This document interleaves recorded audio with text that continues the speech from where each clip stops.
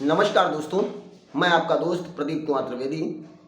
अपराध और वारदातों की सच्ची कहानियों के अंतर्गत आज की जो हमारी कहानी है वह है मध्य प्रदेश की राजधानी है भोपाल और भोपाल का एक थाना है छोला।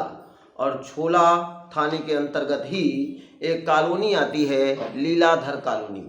और लीलाधर कॉलोनी से फूलचंद शर्मा उर्फ शास्त्री के नाम से भी इनको जाना जाता था। वो पुलिस को 12 साढ़े 12 1 बजे के करीब 5 अगस्त 2023 को फ़ोन मिलाते हैं और वो बताते हैं कि मेरे भाई की पत्नी का किसी ने कत्ल कर दिया है। और जैसा कि कॉलोनी थी, कॉलोनी में किसी महिला की हत्या हुई थी। तुरंत थाना अध्यक्ष उदयवीर सिंह भदौरिया अपने दल बल के साथ घटना स्थल पर पहुंचते हैं। तो प्रथम दृष्टया वो देखते क्या हैं कि एक महिला को चाकुओं से मार मार कर गोदा गया है। चारों तरफ खून ही खून फैला है, गद्दा खून से सना हुआ है, फर्श पर भी खून पड़ा हुआ है, वहाँ पर चाकू भी टूटी अवस्था में पड़ी हुई है। ऐसी दर्दनाक मौत, लेकिन अभी कुछ लगता है उनको सांसें चल रही थी। तो थाना अध्यक्ष तुरंत शव को प्यूपिल्स हॉस्पिटल ले जाते हैं, लेकिन अस्पताल पहुंचने से पहले ही जो महिला थी जिसका नाम प्रीति था उसकी मृत्यु हो जाती है। मृत्यु हो जाने के बाद शव को पंचनामा भर के पोस्टमार्टम हेतु भेज दिया जाता है। पुलिस फिर घटनास्थल पर पहुंचती है और लोगों से पूछताछ करती है। तो फूलचंद शर्मा जी ये बताते हैं कि मेरे पास 12:30 बजे यहाँ के ही पड़ोसियों का फ़ोन आया था और उन्होंने बताया कि ऐसी ऐसी घटना वारदात हो गई है। मैं जब यहाँ पहुँचा तो जब मैंने देखा तो पहले तो मैं बेहोश होकर गिर गया। और वो बार बार कह रहे थे कि प्रीति के 3 बच्चे थे, अगर 2 बच्चे यहाँ होते, क्योंकि ये बच्चा जो ये छोड़ के चले गए हैं जिसको इन्होंने नहीं मारा है, क्योंकि ये 1.5 साल का है, दूसरा बच्चा इनका 6 साल का है और तीसरा बच्चा 8 साल का है। अगर 2 बच्चे होते तो उन्होंने घटना स्थल में घटना करने वालों को देख लिया होता, ऐसे में उनको भी मार देते। पुलिस तहकीकात कर रही थी, इंक्वायरी कर रही थी, जानकारी ले रही थी। तभी एक वृद्ध महिला गंगूबाई वहाँ बताती हैं कि 2 महिलाएं आई थीं।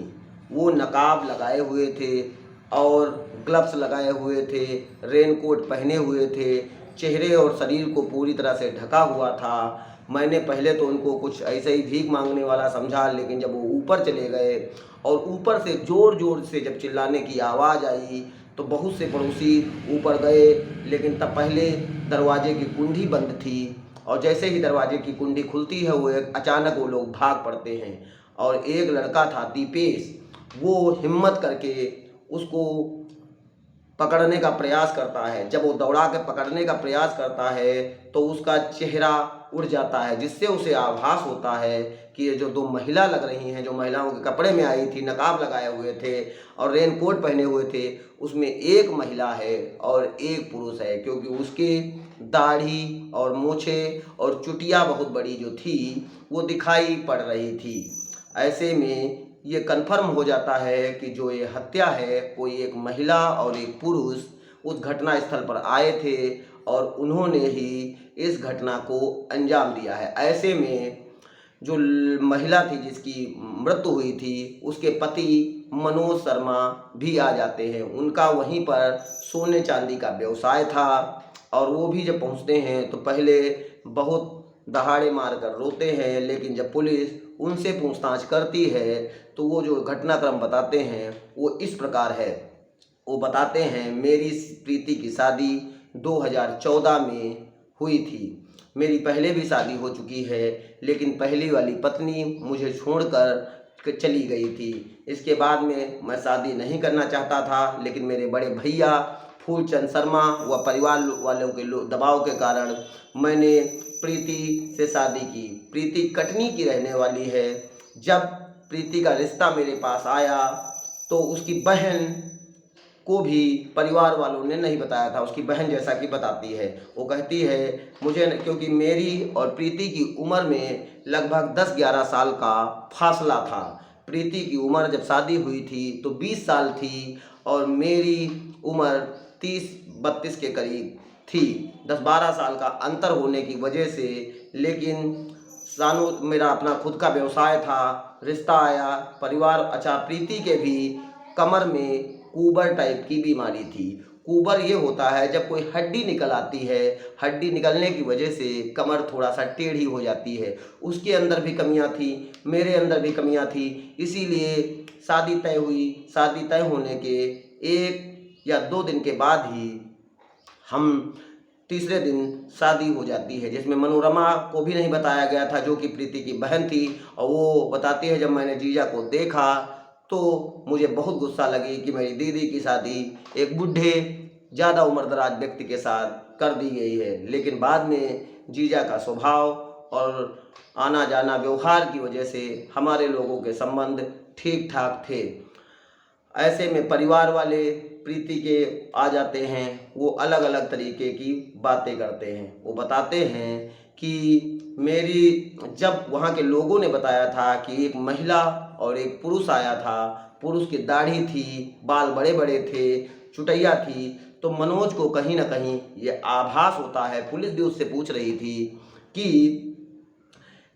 कौन घटना कर सकता है।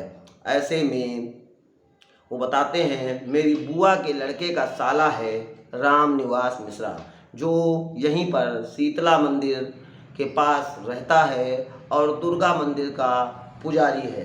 पूजा पाठ और घरों में पूजा पाठ करने का काम करता है।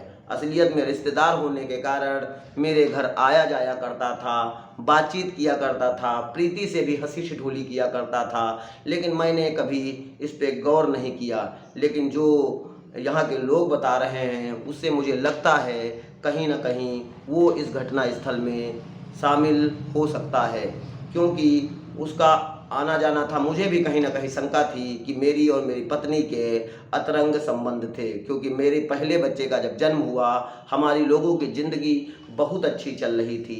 जब दूसरा बच्चा 7 महीने का गर्भ में आया था तो कहीं ना कहीं मनोज को लगने लगा या बच्चा मेरा नहीं है। इसमें आए दिन लड़ाई होती थी। उसी लड़ाई के वो कारण प्रीति मनोज का घर छोड़कर अपने मायके कटनी चली गई थी।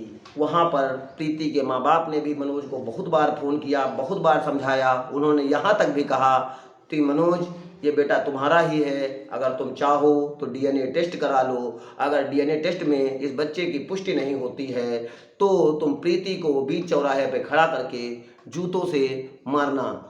लेकिन वो नहीं मानता है और वो अपने ससुराल के लोगों के, सभी लोगों के फ़ोन उठाना बंद कर देता है। प्रीति का भी फ़ोन नहीं उठाता है और उसके पिता और माता, उसके भाइयों का भी फ़ोन नहीं उठाता है।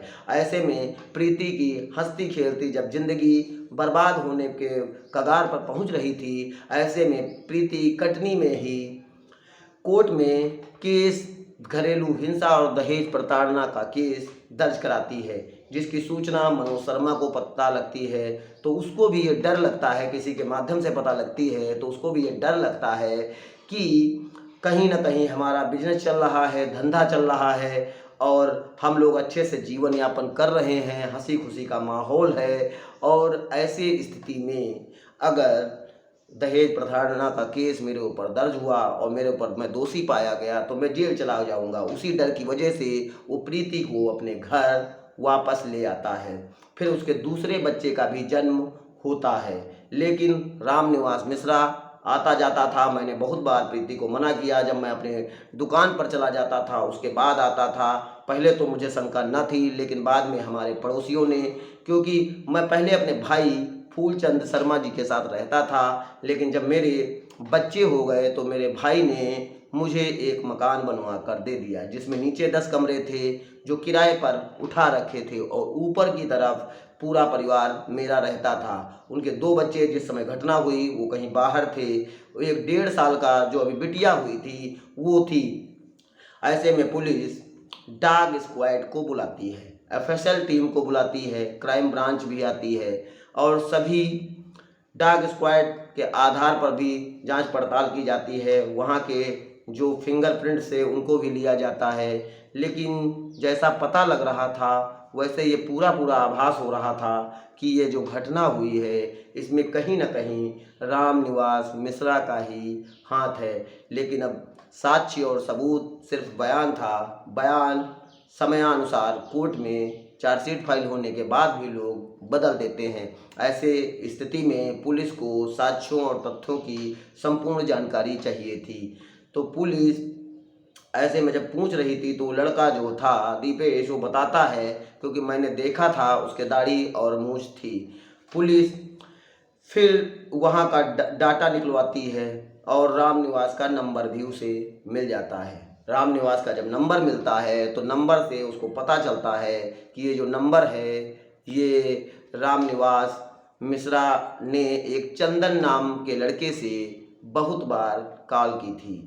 जब चंदन को पुलिस पकड़ती है तो चंदन जो बताता है वो इस प्रकार है। चंदन बताता है कि मैं ऑटो चालक हूँ, यहाँ पढ़ाई करता था, कभी कभी टाइम पाकर ऑटो भी चला लेता हूँ।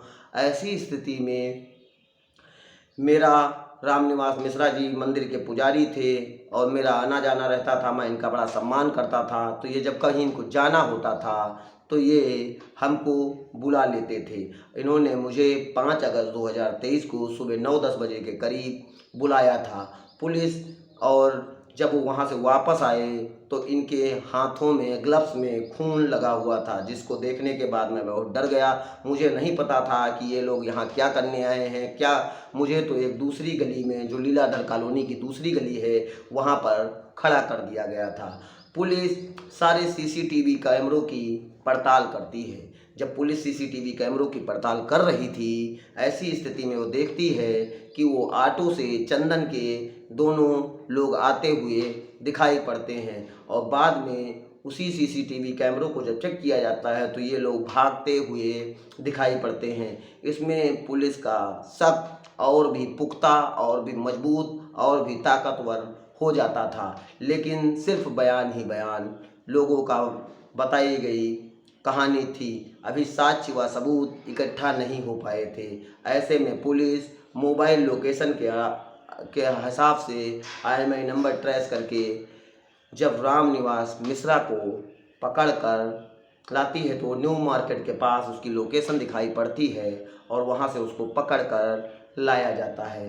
थाने में जब पुलिस अपना सांस्कृतिक कार्यक्रम अपना अच्छे से सख्ती से पूछताछ करती है, क्योंकि उसको भी पता चल गया था कि कैमरे में मेरी पुष्टि हो गई है, तो वो जो कहानी बताता है, वो जो घटनाक्रम बताता है वो इस प्रकार है। वो बताता है कि प्रीति का मेरा पहले तो दोस्ती थी, मैं इसके घर आता जाता था, धीरे धीरे ये मेरे संपर्क में आ गई।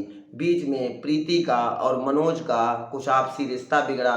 मैं सहानुभूति के नज़रिए से इसकी मदद करता रहता था, इसका सहयोग करता रहता था और आता जाता था। आने जाने से धीरे धीरे मेरे प्रीति के अवैध संबंध, अंतरंग संबंध बन गए, जिससे धीरे धीरे मेरा हम दोनों की ज़िंदगी अच्छी सी चल रही थी। और ये बात कहीं से मेरी पत्नी शालिनी को भी पता चल गई, क्योंकि शालिनी वहीं के जो किराएदार रहे थे वो किसी के संपर्क में आ गई। जब रामनिवास वहाँ आता था तो वहाँ का कोई किराएदार या पड़ोसी शालिनी को एक खबर कर देता था कि तुम्हारा पति यहाँ पर प्रीति से मिलने आया है।